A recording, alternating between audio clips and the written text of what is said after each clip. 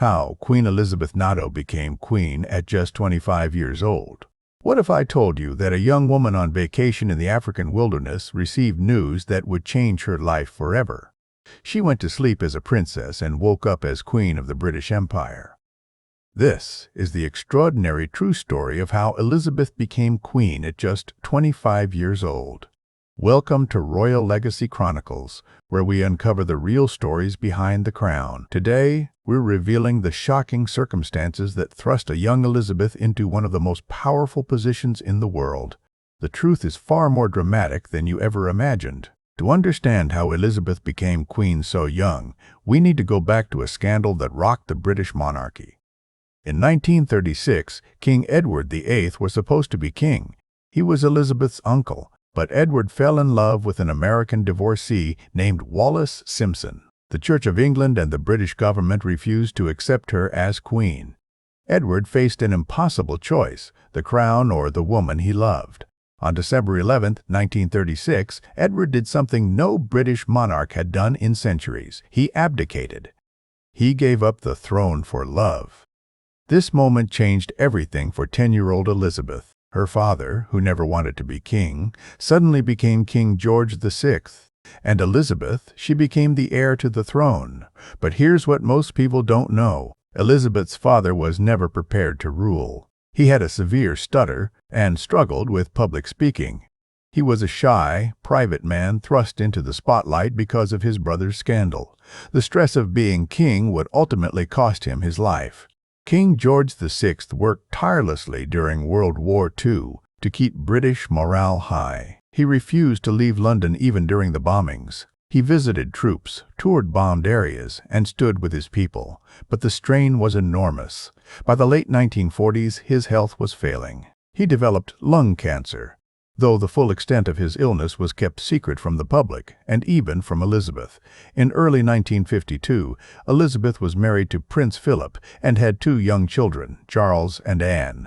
She was living a relatively normal royal life. Her father's health had improved slightly, and doctors were cautiously optimistic. The king decided Elizabeth and Philip should represent him on a tour of the Commonwealth. They would visit Kenya, Australia, and New Zealand. On January 31, 1952, Elizabeth said goodbye to her father at London Airport. Look at this. Photographs from that day show the king looking frail and thin. He stood on the cold tarmac, hatless, waving to his daughter. It would be the last time she ever saw him alive. Elizabeth and Philip arrived in Kenya and stayed at Treetops, a unique hotel built in the trees overlooking a waterhole. They spent the night watching elephants and other wildlife. It was supposed to be an adventure. Elizabeth was carefree, enjoying a rare moment away from royal duties. But back in England, on the morning of February 6, 1952, a servant brought King George VI his morning tea. The king didn't respond. He had died peacefully in his sleep during the night. He was only 56 years old. The news had to reach Elizabeth in the remote Kenyan wilderness. There were no direct phone lines to Treetops. A journalist heard the news first and had to relay it to Prince Philip's private secretary.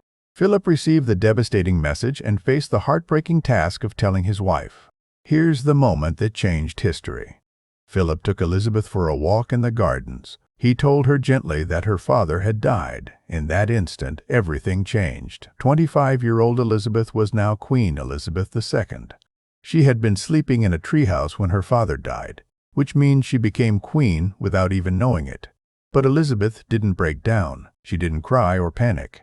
According to witnesses, she simply asked, "What do I need to do?" Even in her deepest grief, duty came first. This moment defined who she would be for the next 70 years. The royal party immediately packed and prepared to return to England. Elizabeth's private secretary asked her what name she would use as queen. She could have chosen any name. But without hesitation, she said, "My own name, of course, Elizabeth." She would honor her father by being herself. The flight back to England took 19 hours. During that long journey, Elizabeth sat quietly, processing the reality that she was now responsible for an entire nation and commonwealth. She was younger than most people starting their careers, yet she now carried a responsibility that would last her entire life. When the plane landed in England, Elizabeth stepped out wearing black mourning clothes that had been brought on board. She descended the stairs alone. Philip stayed back, allowing her this moment. Waiting at the bottom were her ministers and advisers. They bowed to their new queen. The weight of the crown had fallen on such young shoulders. Elizabeth's coronation wouldn't happen until June 1953, over a year later. But from that moment on the tarmac, she was queen. And here's what makes her story remarkable. She never asked for this. Her uncle's scandal put her father on the throne. Her father's early death put her on the throne at 25. But despite never choosing this path, Elizabeth dedicated the next 70 years to serving her country with dignity and grace. Most 25-year-olds are just starting their adult lives. Elizabeth was beginning a reign that would last longer than any British monarch in history. She went from a young mother in Kenya to the Queen of England in a single day. The girl who climbed into a treehouse came down as a queen. And she carried that responsibility with strength and dedication until her death in 2022 at age 96. The story of how Elizabeth became queen reminds us that life can change in an instant. Judy called, and she answered. It's about grace under pressure, commitment to service, and the strength to carry an unexpected burden with dignity for 7 decades. If you found this story fascinating, subscribe to Royal Legacy Chronicles for more untold stories from the Windsor dynasty. Hit that like button and let us know in the comments which royal story you want us to uncover next.